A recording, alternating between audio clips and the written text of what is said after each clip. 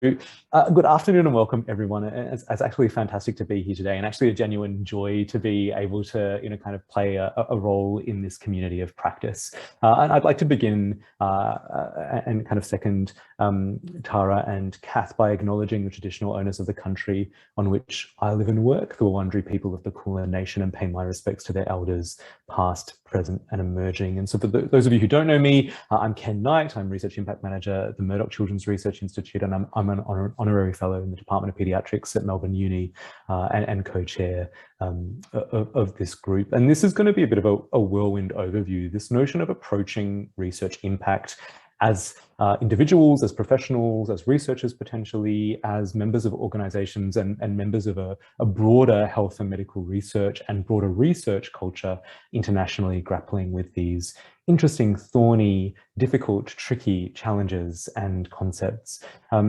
And the main bit of this conversation is really going to be based on my reflections on the challenges and priorities that I've experienced in this work, but also reflecting, as Tara said, on the challenges and priorities that you're facing as you also think about these things. And really want to have a deep dive into practices and principles that will set us in good stead for addressing these questions within our organizations. And I've been doing this work at MCRI for about 5 years now, but more broadly, kind of for about 12 years, thinking about this work in the context of research within government, within different practice settings. So I've had some great conversations with colleagues in Australia and internationally during that time, and that's going to be a bit of this as well. But even though I'm the one who's doing the majority of the talking at this point, I think it's really exciting, this notion of a community of practice, and it's such an important approach.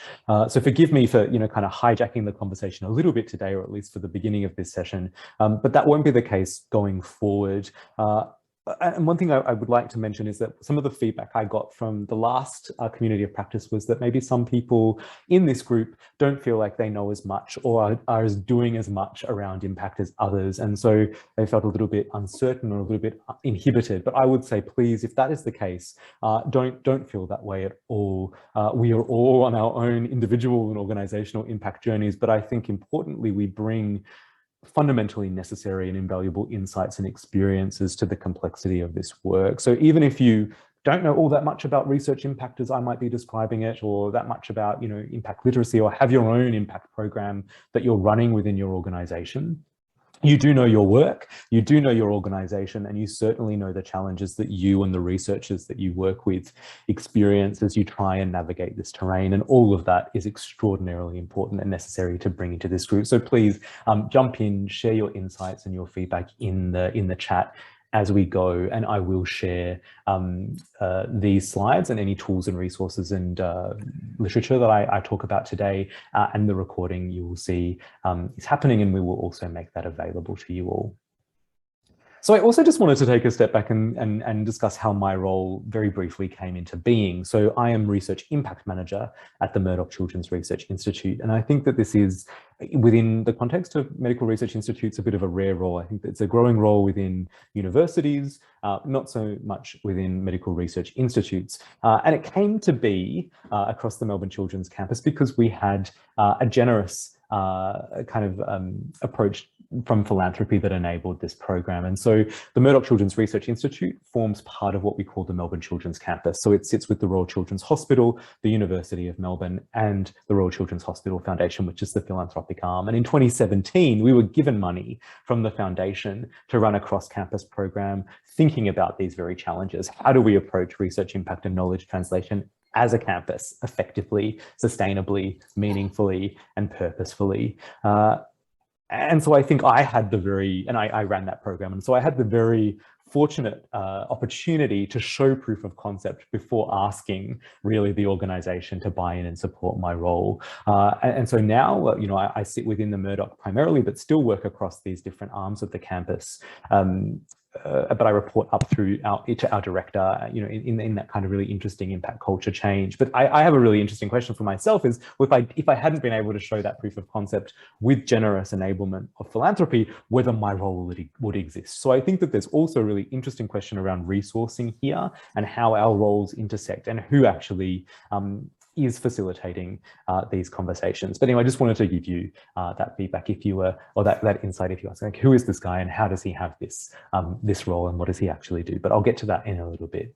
And this is kind of where I like to begin these conversations. And if you attended the AMRI Policy and Operations Forum, this would be a bit of a revision for you. But I think for us as a health and medical research community, these, and particularly for my own work and the way that I approach this, these are 4 interconnected factors that really drive a meaningful conversation and substantial effort and investment into addressing this kind of challenge around research impact. We know that it takes a long time to move research into policy, into action in various ways.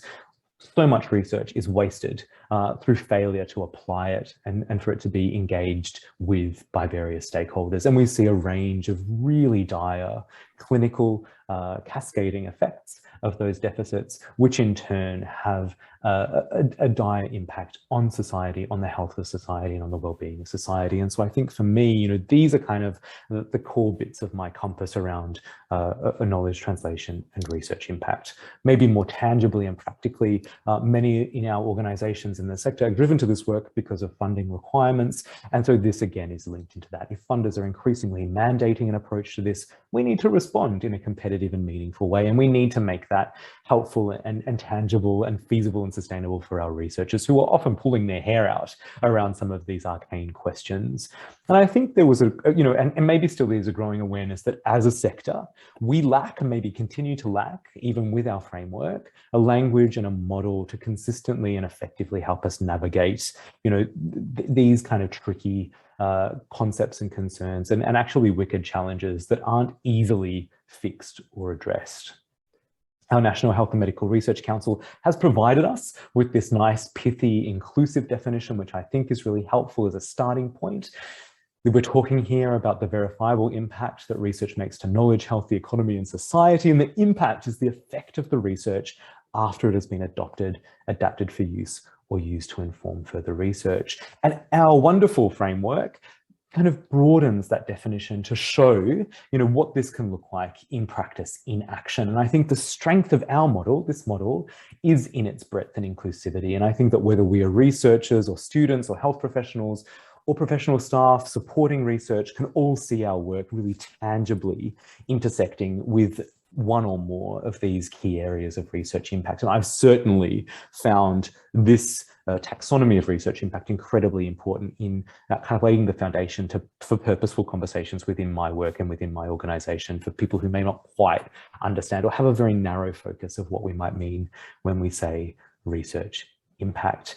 And again, this is work that that my team adapted from Guthrie and colleagues at Melbourne Children's. But at heart here, we're kind of trying to achieve and respond to some key drivers with some key outcomes. We do want to accelerate and increase the speed and efficiency of the application of research. We want to show accountability and return on investment. We want to increase accessibility of research. We want to advocate and demonstrate for the value of research in society. We want to monitor progress and inform the future allocation of resources for research. And importantly, I think we want to build in measurement and learning and reflection so that we can analyze what's going well, what's not going well, so that we can improve and continue to make this extremely meaningful.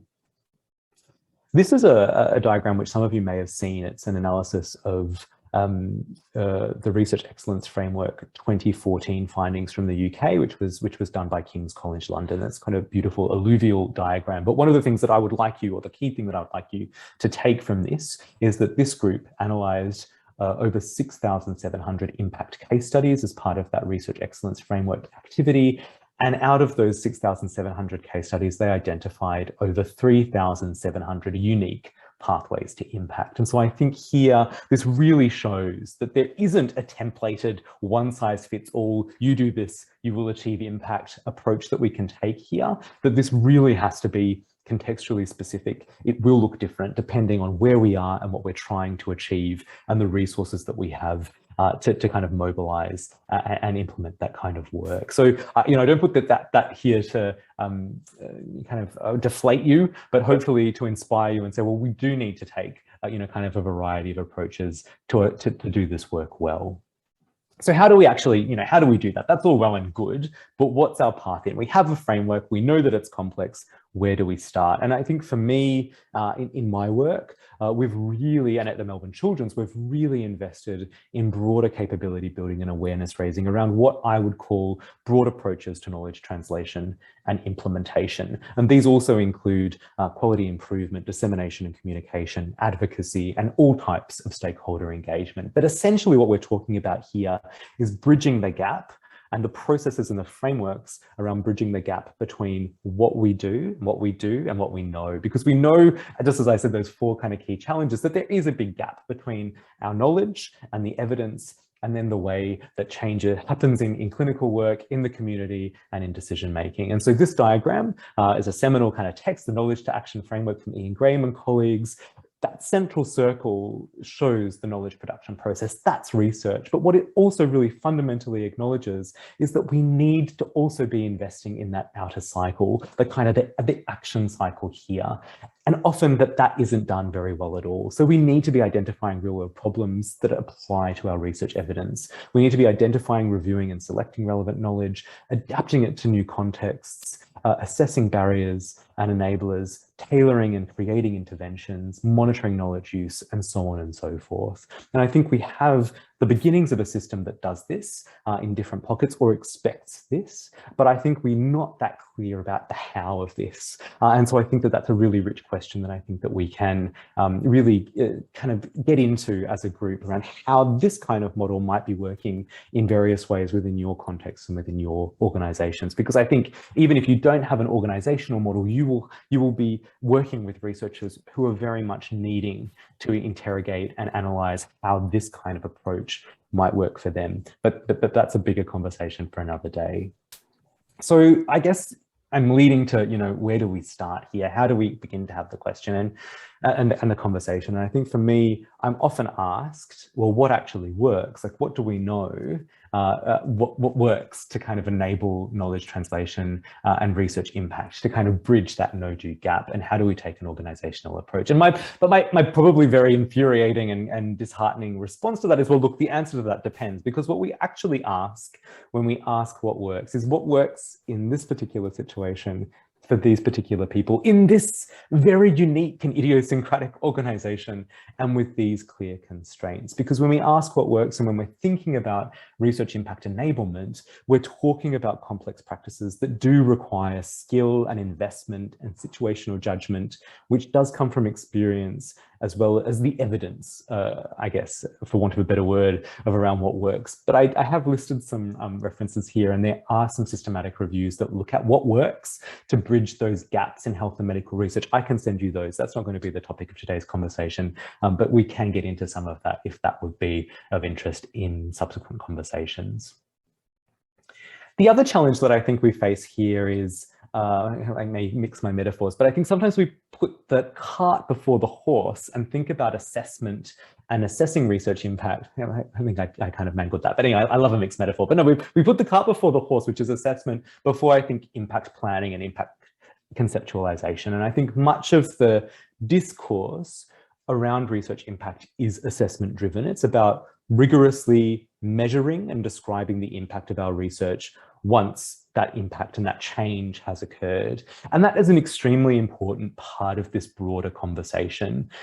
However, as I've mentioned before, my focus and the focus of the program that I run, and I think the opportunity that we have here, is to broaden that conversation to one also of impact by design, as I like to call it, and having a rebalancing of the conversation around processes and structures and planning and support that enables and lays evidence-based foundations for achieving greater research impact. So all of the things that we need to be doing at the beginning of projects and before we even start research projects, and in the midst of our projects, that will equip us as researchers and as research organizations and as a health and medical research community to be impactful, not just measure the impact of our research. And importantly, I think here is embedding measurement and metrics and analysis throughout that journey, but from the beginning. Because I think for all of us who have worked with, and I'm speaking from experience, as very recent, maybe sore experience working with investigator grant applicants, talking about their track record of research impact, when you haven't embedded these kind of reflective questions and these kind of assessment questions into your research process, you end up extraordinarily frustrated trying to sift through evidence of impact that probably just doesn't exist, but would have been so easy to kind of build if you had been thinking about this from the outset. So I think that that's another question that I think we need to consider and keep in front of mind as we approach this work.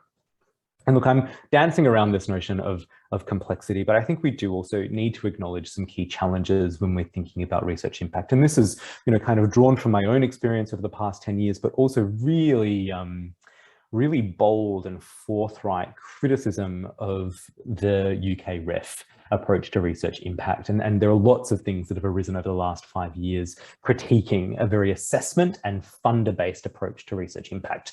The first is around impact washing, like, kind of screamy face, let's do that. But I think, impact washing, if you're unfamiliar with the term, it stems from this notion of greenwashing, which is used to describe products or companies that claim to be more environmentally friendly than they are in actuality. And so impact washing refers to organizations or research groups or research that claims to be more impactful than maybe it has been. And I think we all kind of know of examples of this. And I think we need to be careful, but we also need to acknowledge that if we as researchers, as research organizations are evaluating our own impact, then we may kind of dip into positivity bias, and we may have vested interests into choosing the best data that tells the story that we're the best. And I think that yes, that does have its place. That's often what we're asked to do by funders. But I think purposefully and meaningfully, if we are to approach this well, we need to have the full picture, and we need to be approaching this work to build our capacity, to build our understanding so that we can be more impactful, not just tell that rah-rah story that we are the best.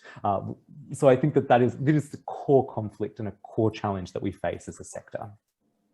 I think another challenge here is around attribution. What do we actually control? Do I control the impact that happens when my work is adapted or applied in a particular clinic or in government policy? And are we actually then talking about attribution, or are we talking more accurately about contribution, that my work is intersecting with a whole lot of other work and creating a symphony of change rather than me being the soloist that's wowing everyone and changing everything? And I would say that we're almost always talking about contribution rather than attribution. And can I just pause here and ask everyone to make sure that they are on mute? I'm getting a little bit of background feedback, so please put yourself on mute if you're not. Thank you very much. I also think we have to acknowledge that if we are going to approach this work well, it will take time and resources. And I think we have to ask ourselves the question of who will do the work, and what burden are we placing upon our stakeholders and our researchers and our partners in terms of asking them to collect data and store data and report to philanthropy and to comms and up through to the research office. How do we manage this, and whose role is this? We need a sophisticated conversation and an approach about this. Otherwise, it's going to fall on someone's desk, and probably that person will fall over because they probably already have an extraordinarily busy job, or they just don't have windows into the data and the information that they need to do this work as well as it should be done. And I think linked to this question is, well, what about the research? If we're asking our researchers to do all of this other stuff, what happens to their core business? Or are we in a situation now where engagement and networking and communication and dissemination and implementation and impact assessment is actually the core work of the contemporary researcher? And if it is, and I actually think that that's kind of the model we're heading towards, do our systems and processes recognize all of that effort and reward that work as they do peer-reviewed papers and conference presentations and kind of winning funding bids? And I think that they don't, but I think that we need, again, to have a rebalancing here if this is the expectation of researchers. And I think here a final challenge, and linked to that first challenge around impact washing, is the real and tangible kind of a threat maybe, or just kind of the reality of negative impact. And we have to have a full and clear-eyed view that science and research and scholarship have not always been forces of good or societal benefit, or have been seen that way by particular key stakeholders or particular groups within society. And I think we have to have an honest and frank appraisal of this. It also raises kind of key questions around who decides whether or not we're impactful. Is that us? Like, do we make that claim as representatives of an organization? Or should it more accurately be made by the people we're claiming to benefit through the work that we do? And how do we kind of bring that conversation, to bear in a really helpful and ethical and meaningful way? But I also think that it will inevitably bring value judgments to the fore. And I think often in our sector, when we're talking about impact, we're talking about health economic impact. So we're talking about cost savings or efficiencies. And those are important, but they are not the be all and end all. What about equity? What about social justice? How do we have those conversations? And what for us within our organization or within our research projects are the most salient kind of modes of analysis or ways of approaching research impact? Because I think sometimes that return on financial investment model doesn't sit well or comfortably with a lot of people and with community stakeholders, frankly. So those are some kind of key challenges and kind of key kind of questions that I think we need to keep in our mind as we approach this conversation. But I would also like to point out to you that there is no shortage of high quality and well-validated and peer-reviewed models and tools to guide our thinking, and for us to contribute to as we have these conversations. And so what's on screen here is really just a small and relatively random selection of those that I had on hand and that fit together nicely, on my screen.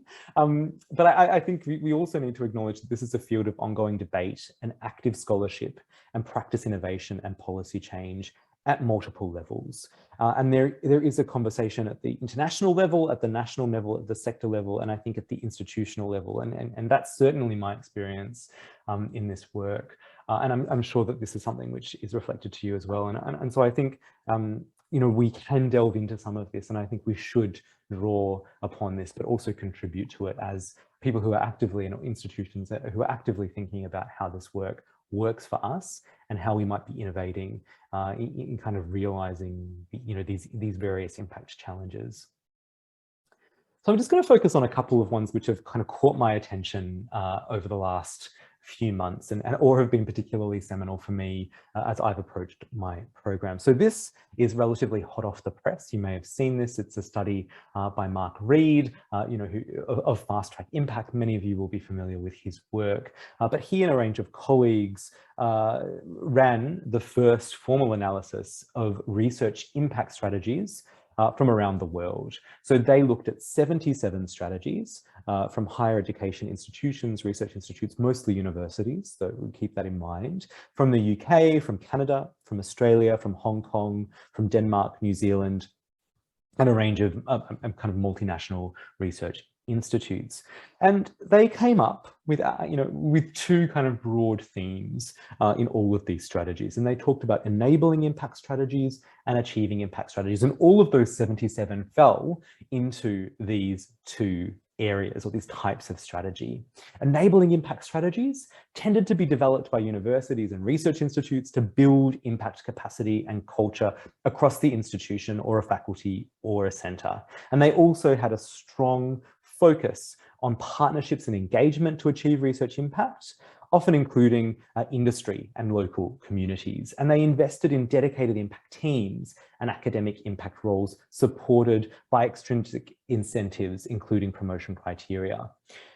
These enabling impact strategies were often part of a broader organizational strategy. So they weren't necessarily sit-alone strategies, but they were part of a broader strategy for an institution, that there was going to be an impact kind of arm to enabling that broader strategy. But interestingly, these enabling strategies didn't often always have an implementation plan, so a structured plan for showing how they would actually work. But as I've already said, they often involved core teams of key professional staff who were enabling things and were about extrinsic criteria and often responded to external drivers, for example, the UK Research Excellence Framework or the Australian ARC engagement and impact assessment. In terms of those achieving impact strategies, what Mark Reed and colleague describes here are strategies that also had a strong emphasis on partnerships and engagement, but were much more likely to be granular and target very specific beneficiaries with structured implementation plans. So they're saying, like, we're doing this with these people and this is how it's going to work. It wasn't that broad, lofty type of impact strategy. They were talking about co-production and co-design as means to achieve research impact, and they invested in support to facilitate best practice at the scale of the individual research project, as I've said. And so I think, interestingly, we can see here two kind of ways of talking about impact. And he doesn't make, Mark Reed and colleague, they don't make value judgments around these, but they say that this is interestingly the way people are talking about this at that strategy level. Interestingly, though, there were some key themes from across all of those strategies. Fundamentally, engagement and partnerships, that this was about extending the reach of the organisation and connecting research and researchers to other stakeholders, be they clinicians, be they community members, be they government, industry, and so on. Co-production and boundary organisations is linked to that. So thinking about how we produce research and research outputs with and alongside non-researchers, that was something which was a key emerging theme, and something which the literature is telling us again and again is key and fundamental if we are to make a difference. All of these strategies acknowledged that impact and impact processes would take significant organisational investment, so we need resources for these. They all talked about some kind of training and capacity building. They all thought about monitoring and evaluation, so that embedding of assessment in these processes so we can track and measure progress and then report back once change ideally has happened. And they all talked about this notion of contributing to a broader impact culture, a culture that was aware of what impact was clear about the change that it wanted to see, and really created a system to stimulate work in that area. And again, I'll send you that document. We can go over that in some more detail if that would be of interest. Another kind of paper that has, I thought was really interesting and interesting in the context of this conversation comes from Adam Kamenetsky and Sava Heinrichs-Krappels. Adam, you may know, he's from the National Institutes for Health Research in the UK, and he's presented to our AMRI-focused impact groups a number of times. And he and his colleague conducted a review of the academic literature to around what research impact assessment looks like in organisations, and then they did a range of semi-structured interviews with a convenient sample of 7 representatives who were leading research impact activities within research organisations, and this also included the CSIRO in Australia. And this work also drew upon some of the really seminal work that was conducted by the Hunter Medical Research Institute in Australia, and I know we've got some Hunter colleagues here, so that, we're already, I think, in Australia contributing to an international conversation around research impact and how this is working. But what Kamenetsky and co kind of talked about here was some key effective processes and approaches that emerged from that research.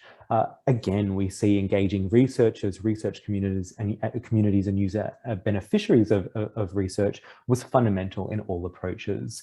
They also talked about the necessity of taking diverse approaches and methods and frameworks, kind of acknowledging that pathway to impact will look incredibly different in different sectors and for different purposes, and the importance of also adopting a learning approach and culture so that we can improve and iteratively build upon this work as we go.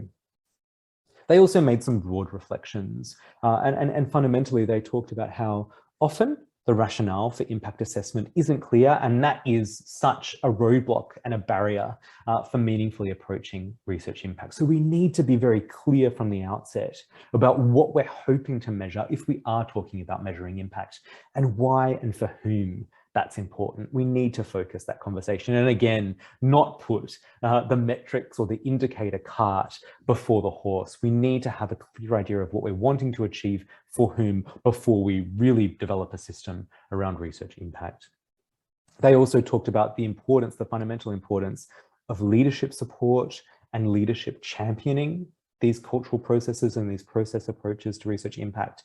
And again, needing resources and systems to capture data, to provide upskilling. And also we need to be realistic about time. We can't say, well, look, we needed an impact strategy and an impact program last week, let's hurry up and do it. Doing that on the fly is probably going to be deeply ineffective. And of course, whoever it is who's given that work to leave the organization in frustration and despair. So I think that, that's something that is acknowledged. Again, strong ongoing engagement with researchers and stakeholders is important. And I think there's also a cautionary tale here for organizational strategy development that we might be able to, for those of us who sit within the strategy part of our organizations, aren't embedded with research teams. We can develop a beautiful strategy and an organizational policy around impact. But if that's not done in close collaboration with our researchers, then it will be only ever a lovely document, and it won't reflect or inform or enrich the lived reality of our researchers and the research processes that they're engaging with on a daily basis. They also talked about wider and unintended benefits of an approach to research impact and how it can powerfully reframe the culture of an organization, not just around research impact and research impact assessment, but about a kind of a greater alignment with values and vision and purpose, and how that can be deeply enriching at the organizational level.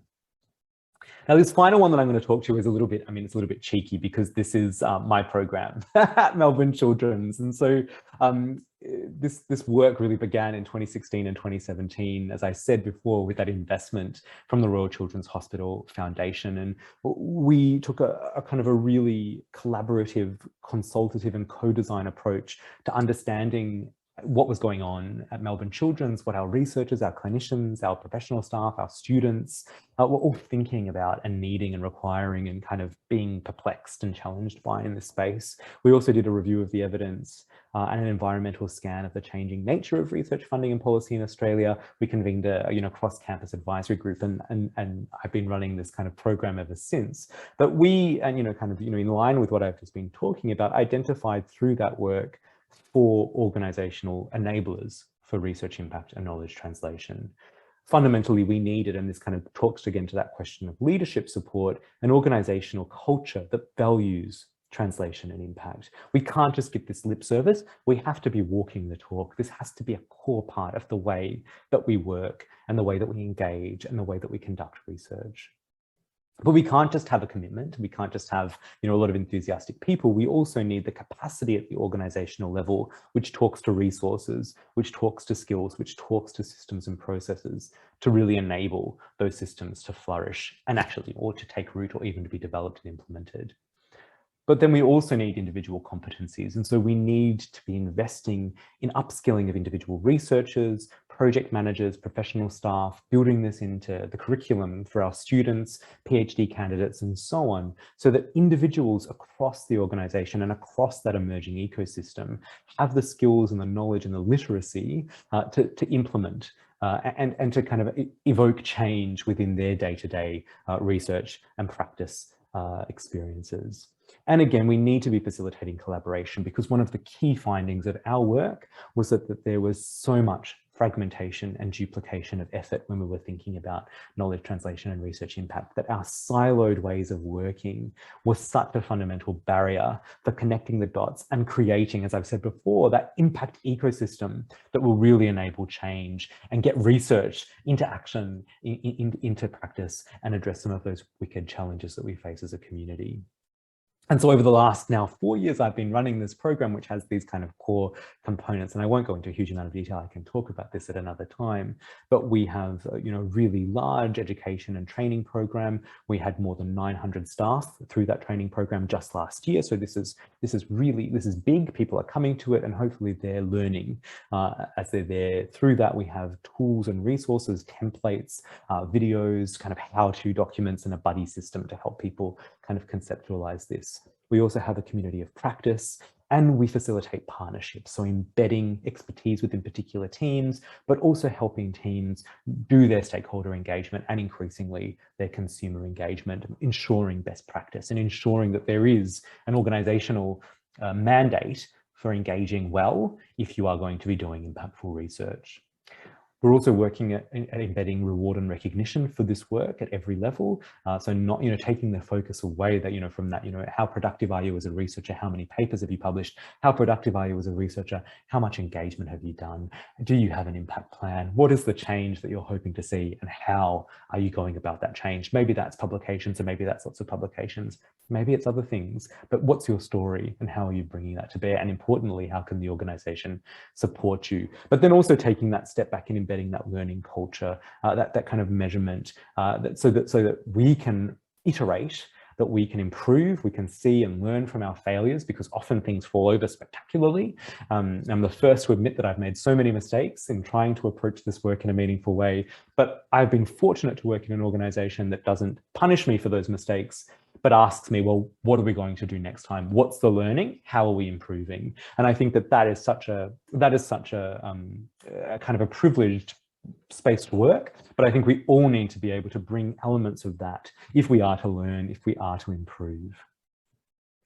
So those are some, kind of pieces of the literature that have, kind of informed me and kind of reflect my program and my work. And I guess, if you're interested in this and kind of looking into this, if this is new to you, then maybe we could start something like a, kind of a library of kind of good documents, of good tools, of good approaches in the literature, or even a journal club. We can do that. But now I'd like to just focus, before I hand over to you to kind of talk about some of these issues in some more detail together, to think about, well, what are some tools and processes that we can begin to, kind of use as a bit of a machete to hack our way through the impact wilderness. Because while we can say, yes, these very well-resourced organizations can do all sorts of things, what can I do in my role? What can I bring to my desk tomorrow that's going to, kind of put me on a bit more of a concerted path around this? And I think, yes, of course, we have our framework, and again, I said this, the strength of the model is in its inclusivity, but I've found this such an important tool to frame a conversation, to begin a conversation, and to lay I guess some kind of basic concepts down for people and say, this is the sector's approach to research impact now. This is how we're going to kind of break it down. And this is a helpful place to start, so that we're all talking the same language when we have that conversation. Because again, as I've experienced, and as I said over the last few years, that kind of notion of fragmentation and duplication at Melbourne Children's was also in part because we were all coming to the work with very different definitions of impact and different expectations of impact. And so we were having often quite confused conversations because we weren't talking about the same things, but we were using the same terms. So I think as a clarifying tool and as a foundation, this is extremely important and has been so helpful for me. I also think, importantly, what our framework also does is acknowledge those institutional practices and processes that we need to be investing in if we're going to do this well. We can't just say, okay, researchers, how have you had health impact this week? That's, I guess the question that we legitimately then need to respond to is, well, how have we enabled as an organization health impact this week? And I think these indicators help us frame how we might be able to do that.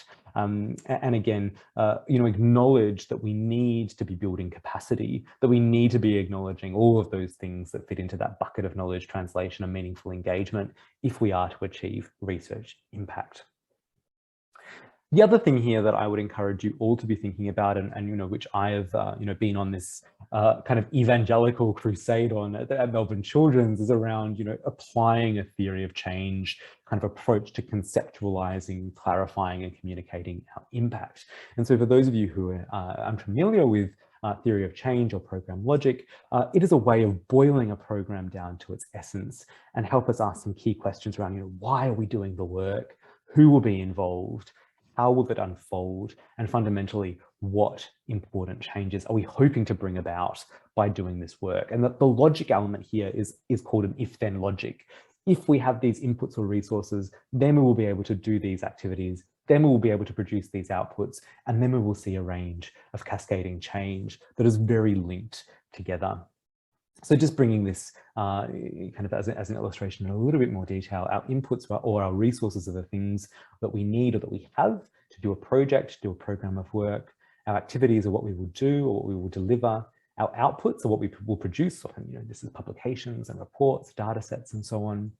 And then we see a range of short and medium-term outcomes that flow from these. So again, if we have the resources to do the activities, to produce the outputs, we will then see uptake and adoption of activities and outputs and some immediate consequences. Often this is around knowledge or skills or engagement and use. So we might see people being aware of a publication, for example, increased citations of a publication, different collaborations, and so on. And then we see longer-term outcomes, sometimes called impact. Now, importantly, what this gets us to do as well is situate our work in the context of a problem. So why are we doing this? What's all of this in aid of? We need to be clear about the problem. And our longer term outcomes or our impact needs to in some way tangibly resolve that problem. And so here we have a kind of a closed system. We have a problem here around child health. We're going to do all sorts of really interesting but very specific things around child health. And that's going to in some way improve child health, but it helps us step us through, how that will actually work, what methodologies we will need to bring to bear.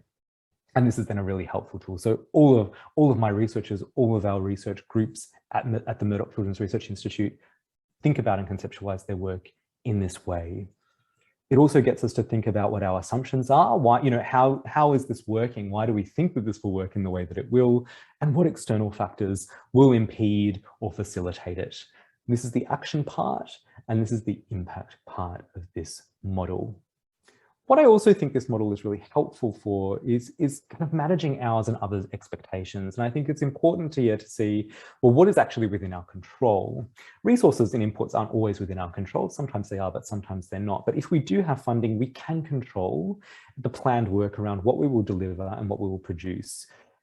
I think it's also important that this acknowledges, and it's healthy for us to acknowledge, that our impact is so often not within our control. It's only ever indirectly influenced by us. We kind of pass the impact baton and others take it up, subject to external factors, subject to other things that we can only ever indirectly influence. And so I think that there's also here a healthy way of approaching this by saying, this is the stuff that is well within our wheelhouse that we can really set up beautifully, that impact by design. But the impact so often is subject to all sorts of things that we will never be able to control. And so again, linking back to that attribution versus contribution kind of challenge that we face here, really saying, well, if I'm a researcher and I'm wanting to see policy change and I'm not a policymaker as well as a researcher, then I'm only ever going to be at arm's length, probably, hopefully informing powerfully, but not actually enacting.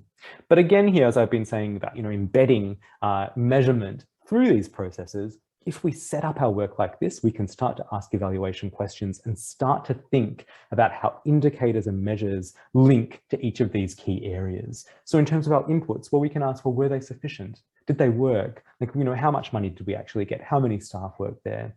In terms of our short and medium term outcomes, we can ask, well, look, okay, so we were anticipating to see a whole lot of reach and engagement and access and improved knowledge. Well, how many people came to that seminar? How many people cited that paper? How many people said that they had improved awareness or skills as a result of the work that we did? And so this then is a really powerful way of starting to develop what I guess we would call, an outcomes, a kind of a framework around our work that will really powerfully enable us to talk to our impact. And again, I run whole programs on how to set this up. There are lots of good resources that I can refer you to if you're wanting to think about your work or facilitate your work or the organizational work in this way. Another really interesting and I think helpful approach and a practical approach at the organizational level is provided by Julie Bailey and David Phipps, this notion of research impact literacy. Julie Bailey is the Director of Research Impact Development at Lincoln University in the UK, and David Phipps is from the York University in Canada. And they adapted the notion of health literacy to think about impact literacy and took an organizational lens and really said, look, we need an intersecting approach here. We need to think about who is involved and the skills that are involved for enabling and achieving impact. We need to think about organizational processes, the how, and then the demonstrable benefits that we're hoping to see through these processes. And it's only if we take this holistic view that we can call ourselves impact literate as an organization. And if we don't, if we only have one or two of these kind of areas all necessary, we will see insufficiencies in our approach. Now, this process has evolved over the last few years. And so now they're talking about an approach that links organizational a kind of organizational view with an individual view. So we need to be thinking about how the organization is literate, but then also how key individuals and all researchers and all staff have a commensurate level of literacy if we are to kind of create this humming system around research impact. And one of the key tools that I've found extraordinarily helpful in progressing these conversations and, kind of developing an impact framework and an impact roadmap across the Melbourne Children's campus is their subsequent institutional health check workbook, which is a really practical tool for organizations to self-assess their impact literacy and their impact health. And so Julie Bailey and David Phipps break impact into 5 key areas: commitment to impact at the organizational level, connectivity around enabling impact within the organization, clarity about impact. How clear are we about what we actually mean when we use these terms? And is everyone on the same page? From my impression, no, that's certainly not the case at MCRI and Melbourne Children's. Are we competent? Do we have the skills to kind of do this work in a really meaningful way? And to what extent are we engaging with the outside world, with the beneficiaries, with our stakeholders, whom we know will need to be engaging if we are to think about impact in a structured and powerful and clear way?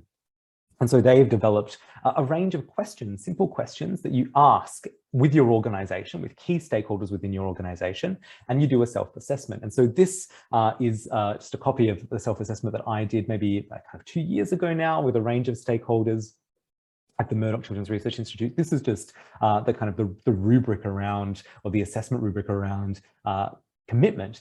How committed are we as an organization to research impact? Do we have a strategy? Do we have an implementation plan? Is there leadership? Now, it was so interesting when I did this, and this is a simplified version of my model of doing this. Now, I did this at the beginning of the pandemic. We did this via Zoom. It was actually quite easy to do it that way. I shared my screen and I had lots of arrows, and we had lots of people in the room, and we had lots of scribes kind of taking down the rich conversation that was arising as I was asking these questions.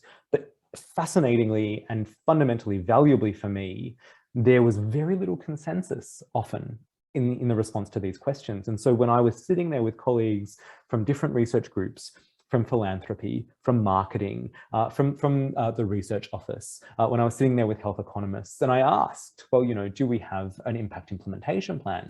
Some people said yes, and some people said no. And then it raised very interesting questions about what would we even mean by an implementation plan? And that's so this is a simplified version, but I had probably about 6 different colored ticks representing different stakeholder groups. And so there was a full spectrum of responses to each of these questions, but that was so useful for me as the person kind of tasked with facilitating this process at the organizational level to say, well, there is huge disconnect in terms of the way people are approaching these key challenges in this work. But this was such a structured and tangible and practical tool to give that insight, to have that conversation, and to bring people importantly together to then say, well, now what? What are our priorities? And so you can see here down the bottom, there is a section which says, this is kind of a diagnosis and prescription bit. We're going to kind of do this, kind of here, and then kind of see where we get to, and then prioritize next steps. And this is the kind of the broader view of kind of how this might look like as a humming ecosystem. Though I will note this is entirely aspirational, and David and Julie don't even have this within their organization. So I think this is the dream, the impact dream that we can aspire to, but we may never actually get there because this is terribly complex. Now, look, I have spoken at great length for a great deal of time. I'm going to stop because I want to give you an opportunity to kind of reflect on where you're all at and have a bit of opportunity to kind of talk to one another. Now, I can see that there are lots of kind of comments and questions in the chat. But what I want to do is really just send you all into some breakout groups so that you can connect with one another, maybe reflect on some of the comments and some of the kind of the challenges and some of the tools and practical steps that I've just kind of given you a whirlwind overview of, and kind of say, well, look, where do you think we should go next? I'd like you to have that conversation with one another. How do you relate to any of those challenges? Are these your challenges? Do you have other challenges? And what might you think some good next steps will be? So I'm gonna ask the AMRI crew to send you all into some breakout rooms now. We've got about 10 or 12 minutes, and then we'll come back for some next steps. So thank you, everyone, and look forward to hearing some of your thoughts when we come back. Welcome back, everyone. I sincerely wish that we had more time to have conversations. And I think, that's something that we will be doing. And that's the promise of this group, really, to kind of reflect and share and connect. And so we've got just a couple of minutes now before we do have to go. But I just wanted to ask anyone if they had any reflections that they'd like to share based on the conversation in the breakout room, or from anything that I might have said that particularly resonated. So would anyone like to share any reflections?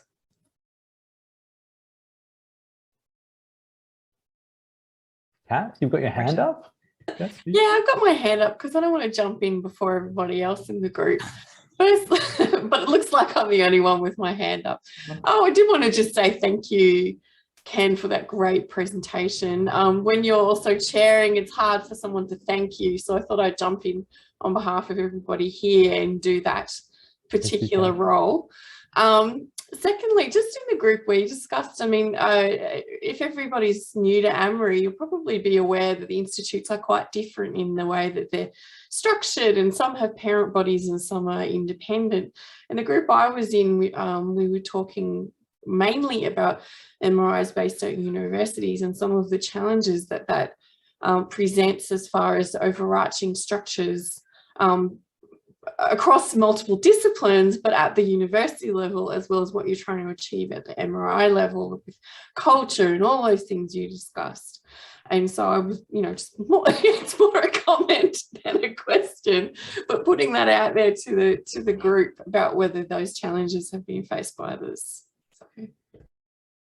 Thank you, Kath. And I will just acknowledge, because I know some people will need to leave at 1:45. I can stay around for a little bit longer for people who have their hands up, but a key mechanism for kind of communicating your feedback back to us, and particularly around the frequency with which you would like to meet, is the survey. So we will resend out the survey to you all after today's session. And so if you want to meet sooner, let us know, and we will coordinate more frequent meetings, but even if it's just more frequently as we get set up. So just if you do have to go, keep that in mind, and please respond to the survey with your feedback and your insights so that we know and we can develop a program, that really meets your needs. But Greta, I think you were next. Thanks for that. It was a really good conversation in our group with a few people from Garvan, which was lovely. The question I had is around the AMRI framework itself. I was asking in the major grant situation, because I've been in the health service situation. I'm back in an MRI. In the major grants, is there a requirement that they have to talk about their research impact in a certain way? So, for example, we've got that AMRI framework. Has that been recognised, and are we capturing the types of things in that framework within grant applications? Because that would therefore make researchers obviously have to respond to those questions. Yeah, thank you, Greta. And I guess this is, kind of a whole topic of conversation that we can have for another day. I don't think that there has been kind of funder endorsement of the framework. I think it's guiding, at least within my institute, it's guiding a lot of conversations. But I also think that the funders would probably be hesitant to say you have to frame your work or your impact in this way. That would be my impression. But I think, how people do this and how we do it well is something that would be great to get other people's insights into as well. So thank you, Greta. And I think we had a question in the survey around, if approaching funding was something that you want to talk about in more detail with this group, then please definitely let's do that. Marianne, you also have your hand up.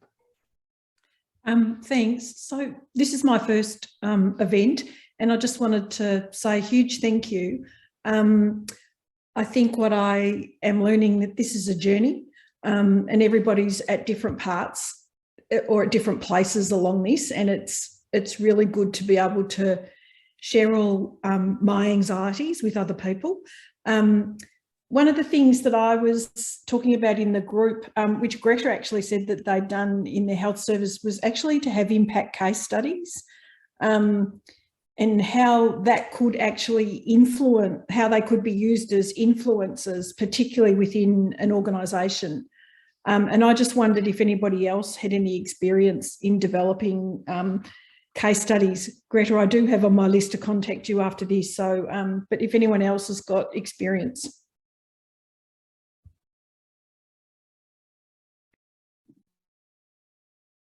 I imagine quite a few of us have experience, and I think, just within my organisation, with the investigator grant scheme, we've collaboratively developed over 200 impact case studies over the last 4 years. And so I think, that there would be, and there are a couple of databases. So all of the REF The Research Excellence Framework impact case studies are available online, and the Australian Research Council impact case studies are also available online. I'll make sure that we can send those, but I actually think maybe there's an emerging need for some kind of platform for us to have some discussion streams and kind of key resources that we can begin to kind of compile around some of these key areas: impact and funding, developing case studies. I think that that's a key thing that we can start to think about how we might better support, just, you know, aside from kind of lovely conversations with interesting colleagues. So thank you, Marianne. And I'll let other people respond, you know, in kind of in due course. I'm conscious of the time, but I will get through. But 2 more hands. Ariel. So I wanted to share in our group, we kind of started off with this feeling of awe and overwhelm at the body that you'd presented, and that was immediately confirmed by one member saying it took CSIRO 5 years to upskill their whole workforce in the culture of impact, and then feeling that challenge of having maybe fairly minimal resourcing to achieve that, and realizing that, you know, you have to almost take it apart into what you're thinking about with impact. Is it really that acceleration of translation? So is it that achieving impact, or are you selling it through the marketing of impact, which both has, you know, its own effects and may then also again accelerate if you market to the right people, but that you almost, in that wealth of information, you have to kind of tease it apart into different components, because there are a lot of overlapping areas, and it's going to be fun to explore those. Thank you, Ariel. And I hope that we can explore those, like, you know, really richly together, because like I said, like, you know, there is no one right way of approaching this, and there's no one kind of universal way of approaching it. As has been acknowledged, we're all on our own journey, all with good justification, and all doing what we can with what we have. And so I think, like, you know, that rich kind of diversity is kind of a key part of the strength of this group. So thank you.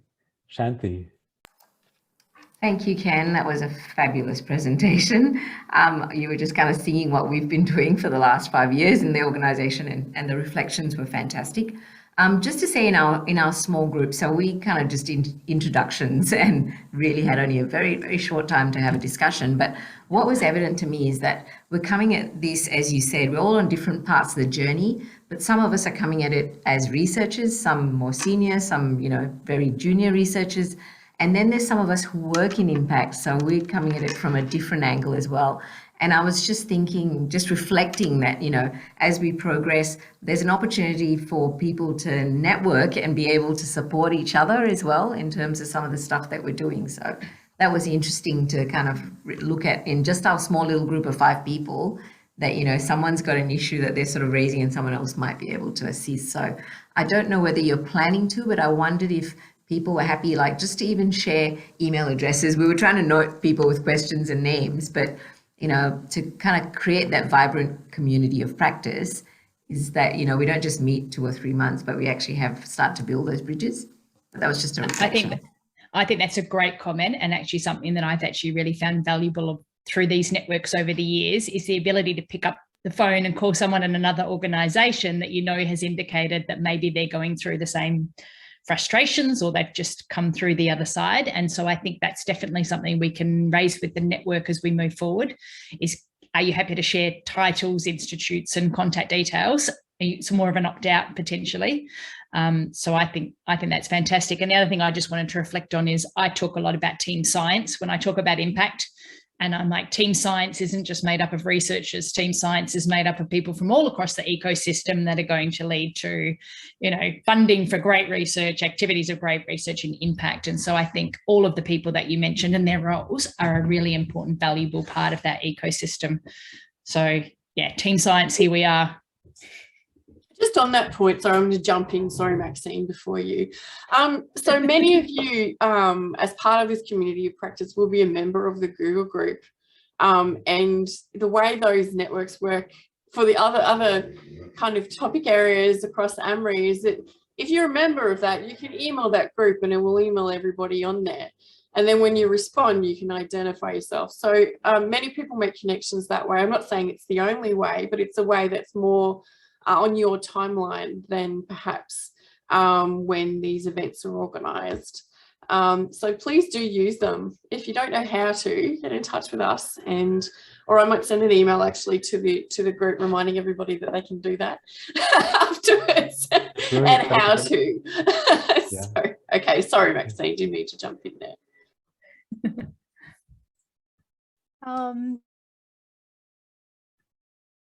Yeah, Maxine? I just wanted to reflect in our group that I think as hello. Hello? Yeah. No, Can you hear me? Yeah. Yeah.